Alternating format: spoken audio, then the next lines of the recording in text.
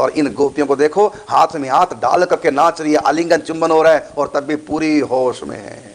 कितना समर्थ है इनके अंदर। इनको साधारण मत कहिए, ये उल्टा डांट देती है, उल्टा ठाकुर जी को डांट देती हैं। खबरदार। यहाँ तक कि ठाकुर जी प्रेम में जब जय होश खोने लगता है तो सखियां संभाल लेती हैं। मतलब ठाकुर जी से भी ज्यादा समर्थ है इन शक्ति सखियों में, इतना झेलने की पावर है, सुख लेने देने की।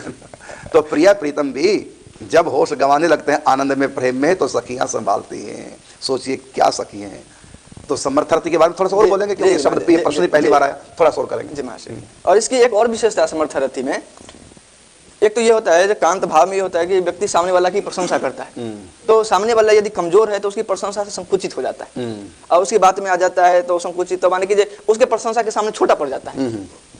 लेकिन समर्थारथी ऐसी है कि ठाकुर जी प्रशंसा तो करते हैं, लेकिन उस समय भी ये अपने रूप को इतना, माने कॉन्फिडेंस इसको कहेंगे, इतना कॉन्फिडेंस से सखिया रहती है, जो ठाकुर जी कहते भाई मैंने प्रशंसा तो की, लेकिन ये तो ज्यादा सुंदर लग रही है।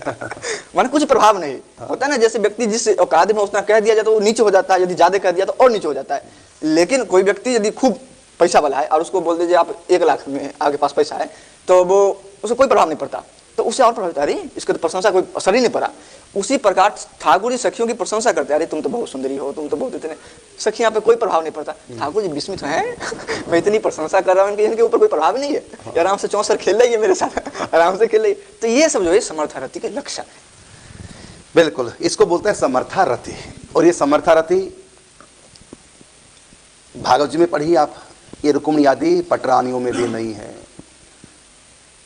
इसलिए एक बार की बात, रुक्मिणी आदि रानियों ने श्री कृष्ण से कहा कि जिस रस का हम रसास्वादन करती हैं, पत्नी बन के प्रेम करना, सोचिए कितना अधिक, इससे ज्यादा तो दुनिया में प्रेम नजदीकियां होती नहीं।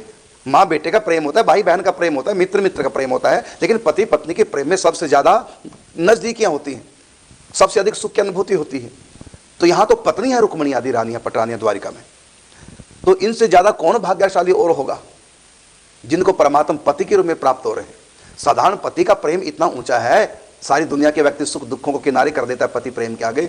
यहाँ तो स्वयं जो जगत पति परमात्मा वो पति बने हैं, जिनसे सुंदर विश्व में क्या त्रिलोकी के पार भी कोई नहीं, ऐसे सुंदर पति, और दिव्य सोने की नगरी द्वारकापुरी है। तो क्या सुख होगा पत्नियों के पास, रानियों के पास। वो रानियां एक बार बोली श्री कृष्ण से, जितने सुखी हम हैं, क्या हमसे भी अधिक कोई सृष्टि में सुखी हो सकता है। तो भगवान ने कहा हो सकता है, हो सकता नहीं है। कौन?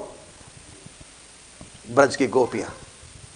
रुक्मिणी ने कहा वही जिनको आपने छोड़ के आ गए, आप जिनको आपने छोड़ दिया, और जो आपके बिना जी रही है। मैं तो एक पल ना आपके बिना जीऊं।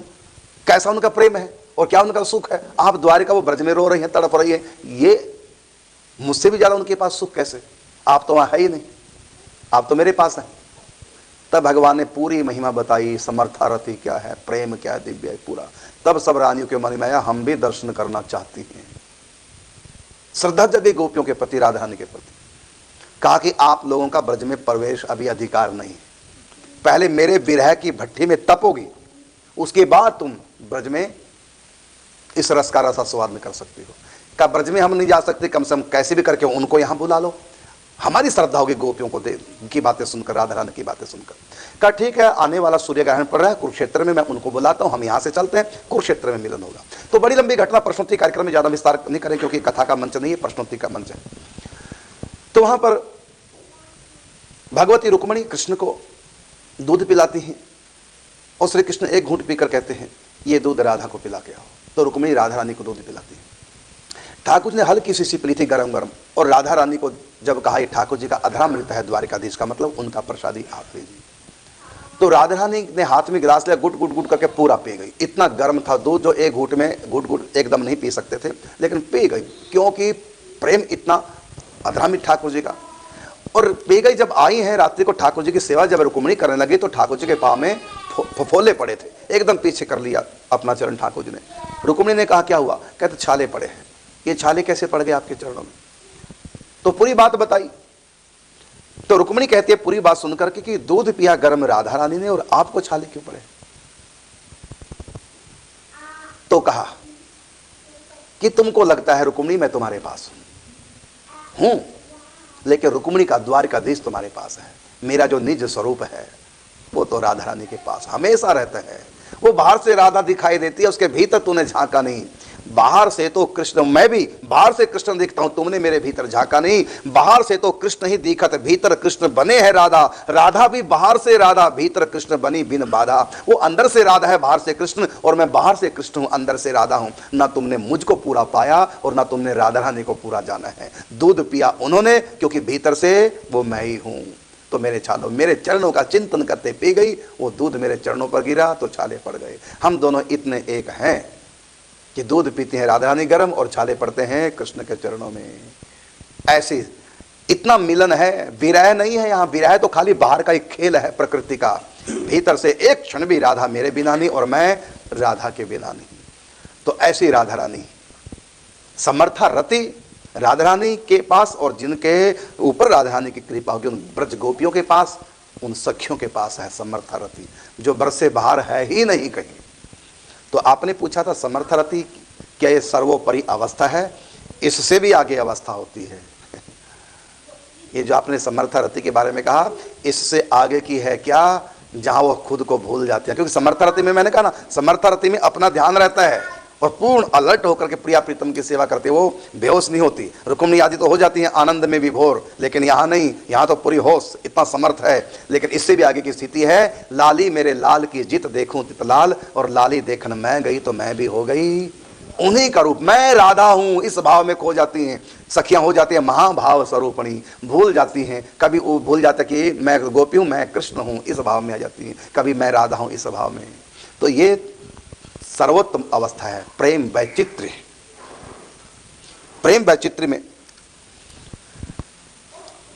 होश नहीं रहती, यद्यपि रहती है, लेकिन होश का परिवर्तन हो जाता है, रूपांतरित हो जाती है। जैसे मैं सखी हूं और पूरी समर्थ है उसमें प्रेम झेलने की, और होश में प्रेम लीला चल रही है, लेकिन मैं कृष्ण हूं, मैं राधा हूं, इस भाव में कन्वर्ट हो गया भाव। अब उनको सखी भाव की होश नहीं, तब भी उनको होश है किसकी, मैं राधा हूं, इसकी तो होश है ना। प्रेम में तो लीला चल रही है। तो लाली मेरे लाल की जित देखूं तित लाल, लाली देख मैं गई तो मैं भी हो गई लाल, उन्हीं का रूप हो जाती है। राधा राधा रटत, राधा श्याम भई ना, सॉरी, कृष्ण कृष्ण रटत, श्याम श्याम रटत, राधा श्याम भई। और राधा पूछे सखियन सो राधा किते गई। स्वयं राधा रानी कृष्ण बन गई, और कृष्ण बन करके विरह में संतप्त, किसके विरह में, राधा रानी के। हे राधे तुम कहाँ हो, हे मेरी प्राणेश्वरी मुझको छोड़कर कहाँ चली गई। कौन कह रही है, स्वयं राधा कह रही है, हे राधे तुम कहाँ हो, हे मेरी प्राणेश्वरी। सखियां समझ गई, हमारी किशोरी जी भूल गई मैं राधा हूं, कि स्वभाव में भावित हो गई कि मैं कृष्ण हूं, मेरी राधा कहाँ। तो राधा पूछे सखियन सो राधा किते गई। यह है प्रेम वैचित्र्य, इसको बोलते हैं।